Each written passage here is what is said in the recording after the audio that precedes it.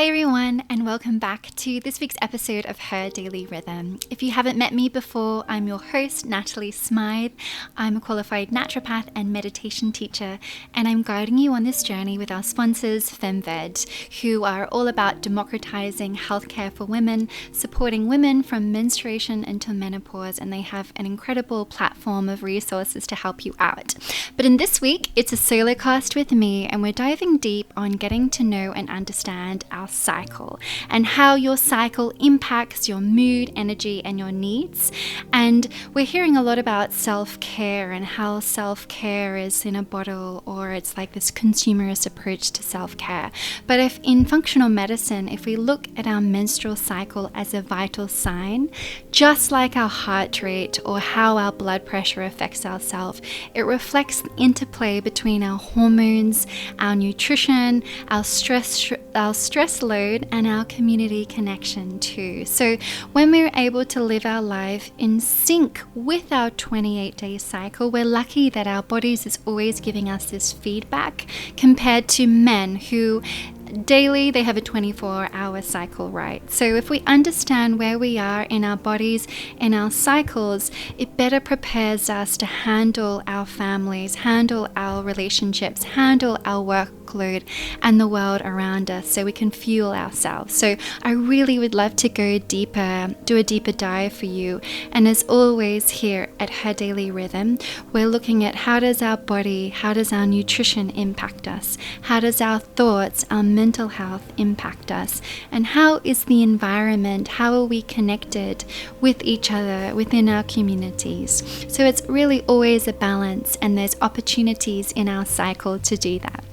So first of all, you want to be looking at, are you optimizing your nutrition support? For example, when you're menstruating, we maybe need some more iron and magnesium. Since we are letting go of a lot of blood, it's the perfect time of release and letting go, and kind of like this detoxification happens for us.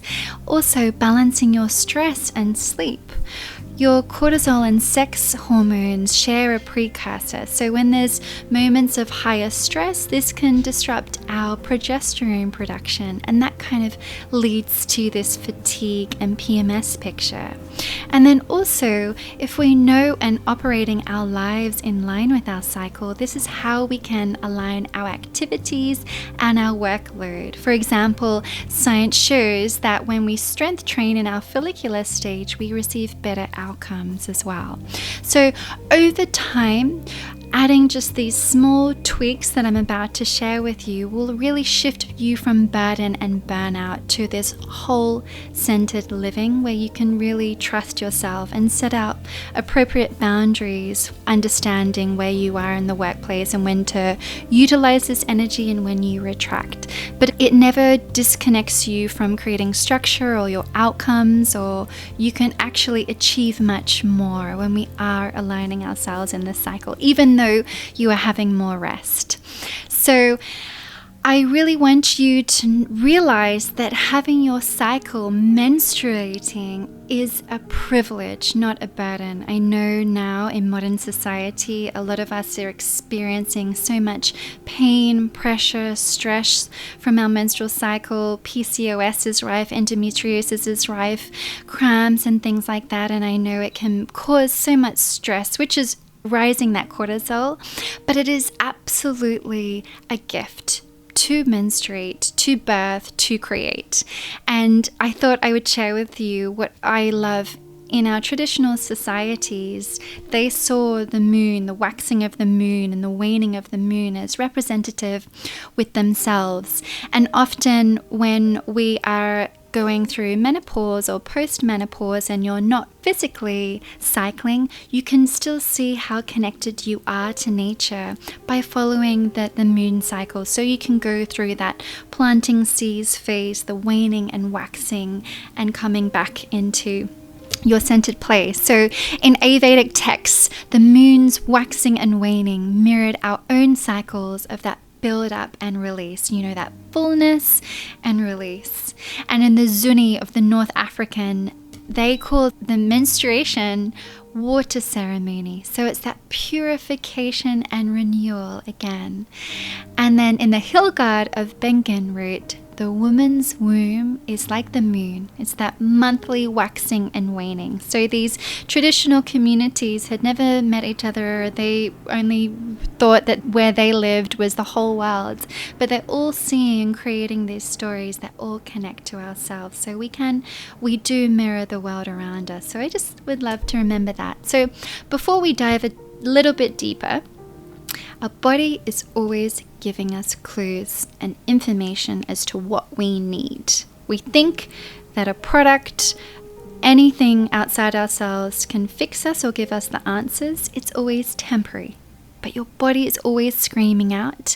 It's a slight little message. Then the message gets louder to captivate your attention, so it might be more pain, until finally your body is screaming at you until you actually make the change to listen.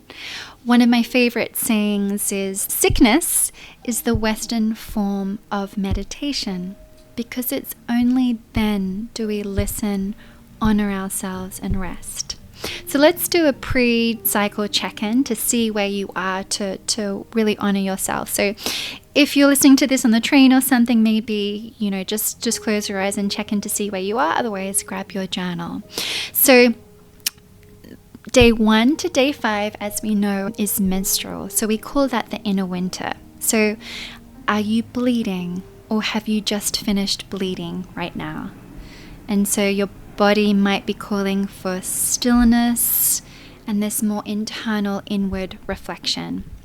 Or do you need more sleep and you're craving those iron-rich foods?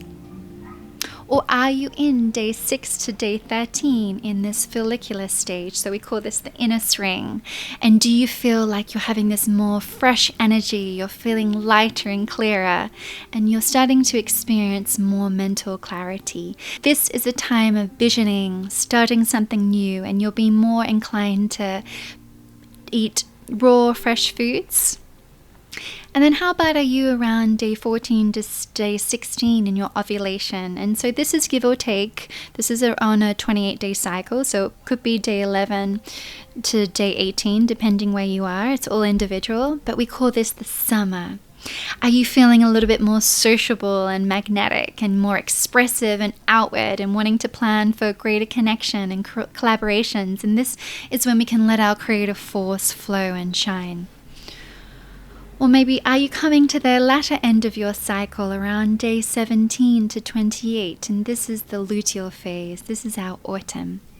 So maybe here, do you notice more irritability, experience any food cravings, feeling a little bit more edgy or tender? And even, are you craving more structure or alone time? So here you might be craving more grounding foods, warm baths, or your journaling practice. So I just invite you then to ask yourself, where am I right now? What do I need more of? And what do I need less of? This is a really nice stock taker question. You can do this at the beginning of each week or even daily as well. So much is happening around us, and just to have that grounding 5-minute practice. And one of my favorite practices as well, so we can address mind, body, spirit, is what is one thing that you can do for your body this week? What is one boundary you can honor for yourself this week? And what is one joy to prioritize? So this could look like something in your luteal phase is just creating an evening of no plans. One night just for you, and you've made this beautiful dish. You've put all of your creativity in it. It's like an art masterpiece, and you have a herbal tea or maybe a bath. It's just something simple, gentle, and realistic, right? So we have so many expectations, and we're being pulled apart, particularly if you are living in a city and if you have families, but you can always offer yourself the privilege of even an hour.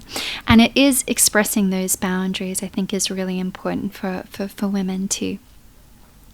So let me know in the comments how you found that, what you're noticing within your body, and always come back to that. So now I want to take you a little bit deeper, and so we're looking at through that naturopathic lens of how we can support our body through our nutrition, through our herbal medicine, through chronobiology, light, rhythm and nature, and really supporting our relationships. And we can do this each phase. So we have 4 weeks in our cycle generally, and each week is devoted to a different phase. So there is so much that we can implement and create so much freedom if we align with ourselves.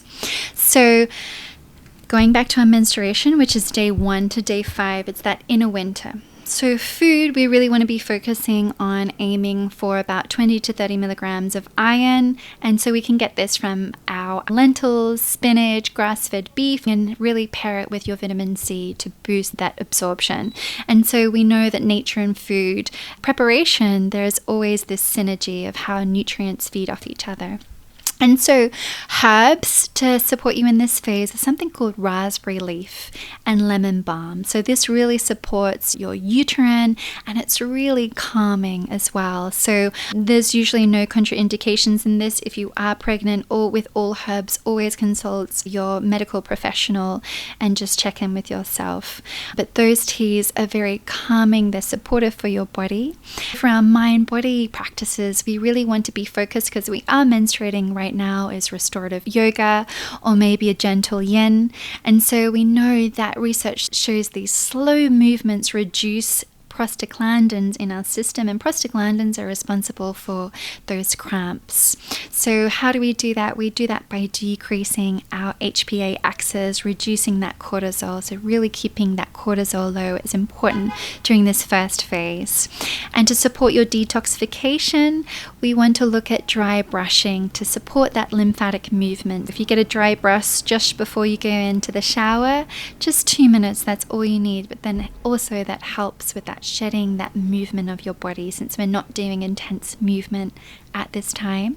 Your body's doing a lot of the work for you, right? You're menstruating, you're letting go. So it's clearing your system of all the waste from the past month. And so something beautiful to support your body physically is warm abdominal compresses to ease cramps. Maybe it's just warm water. You can dip it in oil too. It's really nourishing.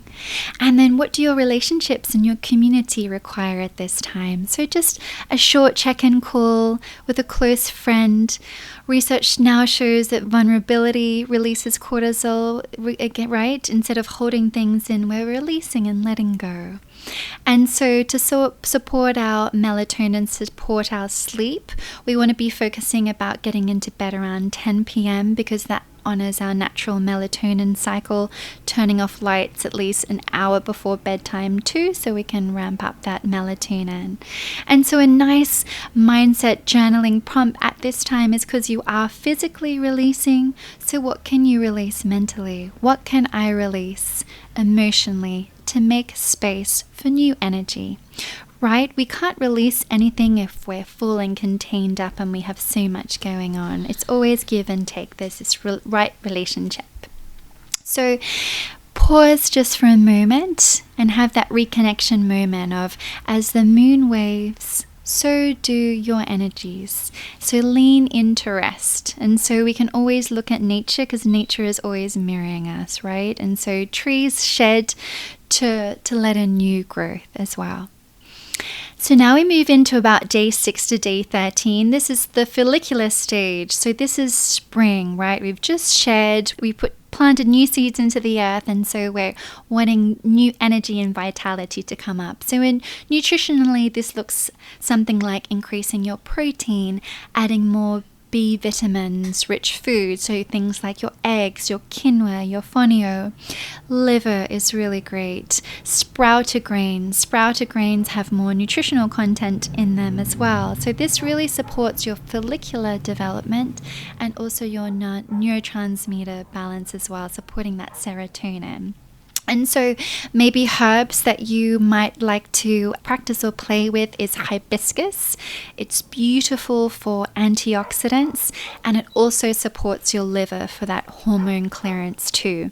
You can have a cold infusion, so let it cool in the fridge and add some mint to it, and it's such a lovely hydration antioxidant drink, and it's this rich pink, beautiful color, just like the hibiscus flower. So it's so nourishing and supportive for your body, your reproductive organs. It's one of my favorites. And so what can we do for our mind and body? Coming into that heart-brain coherence. So breathing in and out of our heart as if it was our lungs. My favorite expression, and I'm sure you've heard me say on the Her Daily Rhythm podcast, is the longest journey of our lives is from our minds to our hearts and our hearts to our minds. So, if we're thinking up here in logic and not listening to our intuition, how can we come in here and breathe in? Breathe in peace, breathe in love, breathe in positivity, and breathe in compassion. So breathing in and out of your heart for about 5 minutes in this paced breathing is really nourishing for this time and gives you a lot of energy. Supporting our detoxification, we want to start having warm water and lemon first thing in the morning. You can try apple cider vinegar if that works for you too, or also ginger if you're looking for something really to kickstart your metabolism and support your immunity as well. And that supports our phase 2 liver detoxification pathway, so we can really cleanse those hormones from recirculating through our body. And here's a nice time to practice hydrotherapy too. So alternating hot and cold showers. So really getting the lymphatic system moving, getting that working. So if you could turn your shower onto hot for 90 seconds, cold 90 seconds, and repeat that 3 times. It's just a really nice one to try at this time. This is where we can really start our HIIT practices, strength training, and studies find that muscle protein synthesis is actually higher when our estrogen rises. We're coming into that rising our hormones now. And so mindset, what can we do? This is the perfect time to vision cast, right? What fresh project or idea feels exciting to initiate right now? This is the perfect time to brainstorm with some friends or inspire new ideas, right? Imagine it's that spring ideas. Things are blooming. Ideas can take you any which way as far as your vision illuminates for you.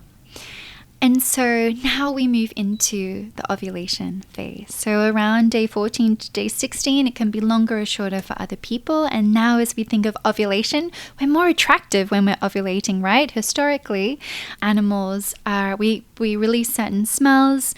So this is the height of summer. So nutritionally, we want to be focusing on our nutrients and minerals like zinc. So you can get this from pumpkin seeds. I love pumpkin seed butter. Oysters also are really brilliant for fertility. Zinc really supports fertility. It's on our taste buds, our taste receptors. If you are losing a sense of taste, there might be some deficiency there. Again, always check with your doctor. And we also want to be supporting our bodies with these beautiful antioxidants. So dark berries, dark chocolate. This is for optimal egg release and supporting anti-inflammatory support here is the 2 major things that we're working with.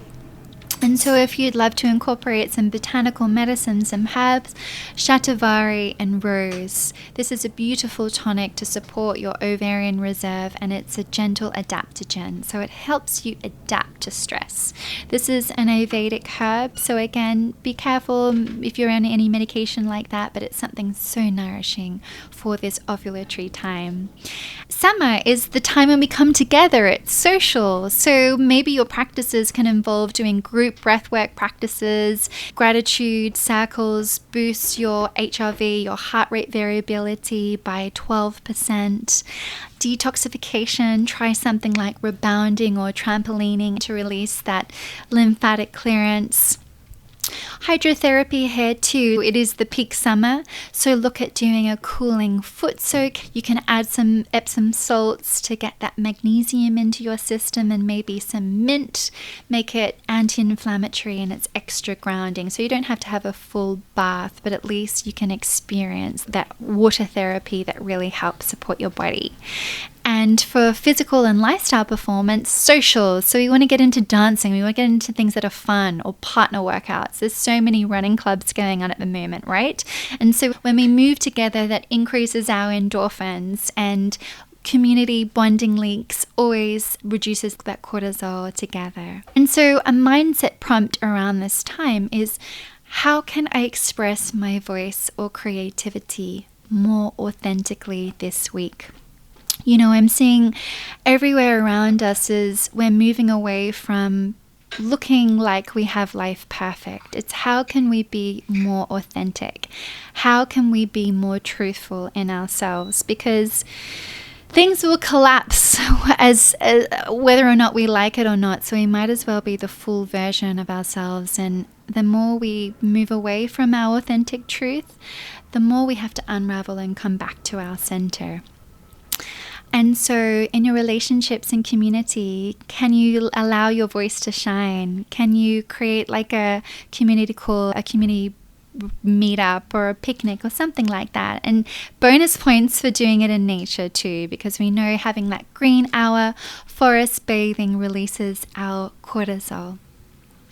And then finally, in week 4 of your menstrual cycle, so now we come into, our hormones are building, ready to release. Just like if we see nature, the moon, we're coming into that full moon place of the luteal phase. So day 17 to around day 28, again, it can always change. This is what we call the autumn phase. So nutritionally, we want to focus on magnesium, things like leafy greens, your almonds, cashews, and complex carbohydrates to really ground and nurture you and stabilize your blood sugar. So things like sweet potato and oats, just making sure that they're not refined, they're whole grain oats. Sweet potato is just wonderful for all women to really incorporate regularly into their diet too. And then herbs to incorporate, things like lemon balm and lavender tea. This supports your mood and your sleep quality. Lemon balm is one of my favorites. It's also called Melissa in Latin. So I have this all the time and I travel with it. It's like a hug in a mug. If we're looking at our mind, body, and our journaling practice, this is the time to do, you're getting a little bit moody, your temper is a little bit short. So here, really doing a boundary inventory. So what's one no you can say this week to protect your energy? Here to really understand what that is, coming into your heart and doing that heart breath in and out of your lungs is a really nice one to know what that is, because this is not about logically thinking, it's about honoring yourself, right? And then now we want to come into our physical medicine practice of that yin yoga, gentle Pilates class. We really want to be utilizing anatomical stretching, tension, releasing tension, right? What do animals do? They're always stretching, almost releasing. But we are sitting at our desks all the time and look at our posture. So they say, what's the indicator of aging? It's when we start like slouching. So we want our spine to be really stretched out so our nervous system is connected, it's switched on, we can breathe properly. So I really would love you to focus on that stretching and release so we don't have any tension in our shoulders, our mouths, our neck. And relationships, so this is more intimate. So when you want to focus on more one-to-one catch-ups and that sharing, that interplay really helps buffer your PMS symptoms. And here we want to focus more a little bit on digital detoxification. So making sure that you have those boundaries 1 hour before sleep time too. That really aligns your melatonin, your sleep-wake cycle. Okay, that was a deep dive into the 4 weeks of your menstrual cycle. I hope that was helpful. Share with me in the comments, what you would like to try. And I really want you to know that this is just doing one thing at a time, not putting pressure on yourself, because the moment we get anxious or we try to do it all, it just creates stress. So let's just do a quick check-in, a little bit of a body scan, right? So I want you to place your hand on your womb or belly area, and then place one hand on your heart. Inhale. Exhale, release. Inhale into your belly. Drop your shoulders and repeat to yourself, closing your eyes. I honor this face. I nourish my body and my soul. Exhale, release any more tension. Repeat it 2 more times. Inhale. I honor this face and I nourish my body and soul. Exhale, let anything that's lingering go. One last time. I honor myself. I nourish my body and my soul. And then exhale any further tension or doubt. So I'll leave you with that. I've downloaded, so you can download in the comments. I've created a little booklet so to help you with the conversation, so it's all there outlined with you. If this was really helpful, please tell me where you're at, share it with a friend, tell me what you'd like more of, and let's really build this community of Her Daily Rhythm. It's connecting with each other, that we are part of the community, each other. Everything is a ripple effect. How nature is, how we are. It's the microcosm and the macrocosm. We're not linear, and we can't keep operating and living our lives as if we were linear. We know that there's the circadian rhythm, there's our hormonal rhythms, our detoxification, our relationships. Everything is a circular community. So the more we can honor this and be held and seen with each other, the more that we can live our lives in the truest state that we were designed to be. So as always, I look forward to seeing you next week.